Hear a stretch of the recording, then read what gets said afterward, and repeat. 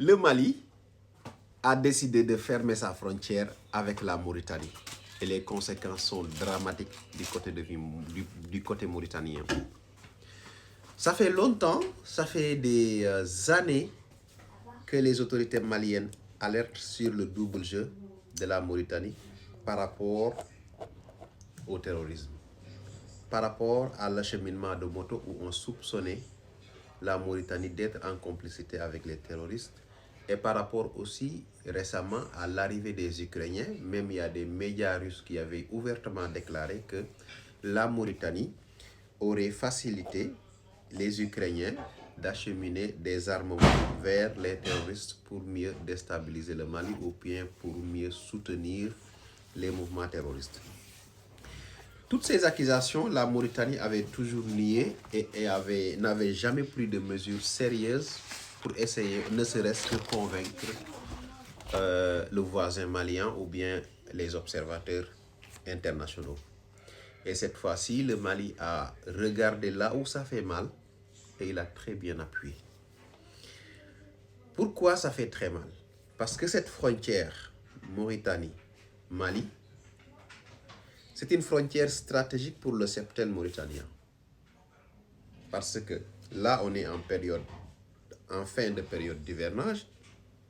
Tous les bergers mauritaniens qui étaient rentrés chez eux parce qu'il y avait un peu de points d'eau et d'herbe grâce à l'hivernage, doivent retourner au Mali. Et cela représente 70% du cheptel.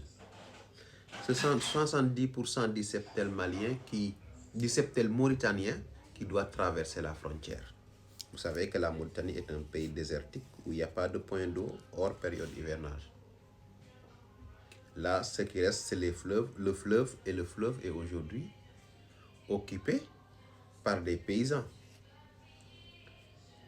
Déjà, les éleveurs commencent à s'inquiéter et à crier au scandale, disant que si jamais rien n'est fait, eux, ils ne peuvent pas survivre. Leur bétail ne peut pas survivre. Et là, c'est à eux de dire à leurs autorités d'arrêter le double jeu. Vous savez, quand vous avez un ami, ou bien quand vous êtes frontalier d'un pays, à cause de votre position géographique, le pays peut penser qu'il a tous les droits ou bien il est insensible à toutes les mesures que vous pourrez prendre.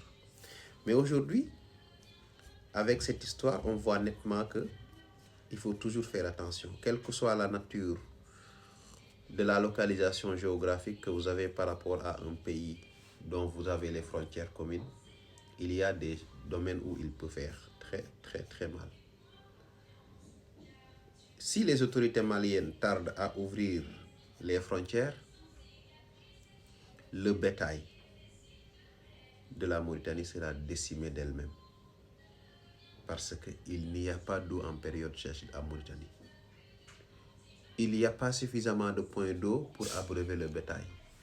L'herbe, j'en parle pas. Si le Mali, le Niger et le Burkina ont le premier cheptel de l'Afrique de l'Ouest, c'est parce qu'ils ont tout simplement l'aliment qui est disponible et ils ont l'eau. Contrairement à la Mauritanie qui n'a ni l'un ni l'autre en grande quantité. Donc je pense qu'à travers cette mesure prise par les autorités maliennes, l'État mauritanien va prendre ses responsabilités et dire aux terroristes basta. Parce qu'en réalité, dans le passé, on a vu beaucoup de terroristes ou bien on a vu des chefs terroristes qui ont été blessés sur le front au Mali et ils ont été soignés dans les hôpitaux de la Mauritanie. Ça, c'est une vérité. On a vu aussi à travers des vidéos amateurs, des déchargements de motos et tout, à côté des villes proches de la frontière malienne, qu'on soupçonnait d'être des motos destinées aux terroristes. Tout ça renforce la position malienne sur ces accusations concernant le soutien de la Mauritanie aux forces terroristes. Mais aujourd'hui, le Mali a choisi de frapper lui aussi. Et je pense que ce qui va arriver, c'est que la Mauritanie va subir une pression interne. Et à travers cette pression interne, c'est à l'État mauritanien de voir comment elle va le régler. Si elle ne fait pas frange avec le Mali, moi, si je suis le Mali, je ne vais pas ouvrir mes frontières. Je vais continuer à les fermer. À les fermer jusqu'à ce que la Mauritanie joue en frange. Parce que si aujourd'hui le Mali, on parle de moto, on parle d'armes, mais ça passe quelque part, comme l'a dit Mimi Touré lors de sa conférence avec qu'elle tenait avec Abdoulaye Diop. Il y a des États frontaliers du Mali, de tous ces pays qui sont confrontés aux terroristes, qui jouent un double jeu, qui facilitent le passage des armes, qui facilitent le passage des terroristes à leurs frontières en cas de poursuite.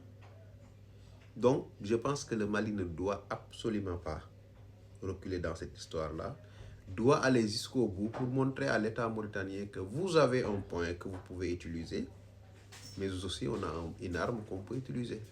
Donc, que chacun se sert de son arme, on verra la suite qui va gagner.